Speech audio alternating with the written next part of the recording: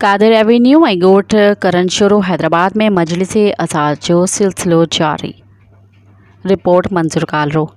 हज़रत इमाम हुसैन अलैहिस्सलाम ऐं संदसि जान निसार साथियुनि जी क़ुर्बानीअ जी यादि खे ताज़ो करण लाइ सॼी दुनिया सां गॾु मौला अली अलैहिस्सलाम जे नाले सां क़ाइमु सिंध जे अज़ादार शहर में पिणु जुलूस अज़ा ऐं मजालिस अज़ा जो सिलसिलो जारी ऐं सारी आहे।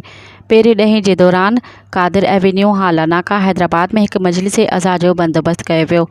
मजलिस जो बानी ब्यूरो ऑफ कैरिकुलम जामशुरू जो अॻूणो डायरेक्टर प्रोफेसर सैयद सालिह मोहम्मद शाह जिन हुआ, जो त प्रोफेसर डॉक्टर सैयद फरमान अली शाह रिज़वी मजलिस खे ख़िताब कयो। मजलिस खे ख़िताब कंदे डॉक्टर फरमान शाह चयो त हिन दौर में हर हुसैनी जो फ़र्ज़ु आहे त हिन दौर जे यज़ीद ऐं यज़ीदी निज़ाम खे सुञाणे, न रुॻो उन जो इनकार करे बल्कि अहिड़े निज़ाम जे ख़ात्मे लाइ उन जो मुक़ाबिलो करे।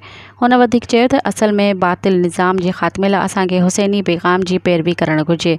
मजलिस में शिया सुन्नी अज़ादारनि शिरकत करे हिकु पैगाम ॾिनो आहे त सैयदुल शुहदा इमाम हुसैन अलैहिस्सलाम इंसानियत जो अलमबरदार आहे। अज़ा जे हिन सिलसिले में ॻोठ करण शुरू में अॻूणे प्रोफेसर ख़ादिम हुसैन मीरजत जे बंगले ते हिकु मजलिस अज़ा बर्पा कई वई, जंहिंखे मौलवी साहिबान ऐं ज़ाकिर अहल बैत ख़िताब फरमायो। जॾहिं त ॻोठ बहार मीरजत मां आयल नुंहां पढ़ंदड़नि तरफ़ां अज़ादारनि गॾिजी अज़ादारी कंदे सैयदा ज़हरा सलामुल्लाह अलैह जिन सां करबला जे शहीदनि जे ग़म में शिरकत करे खेनि लातादाद सलाम पेश कया।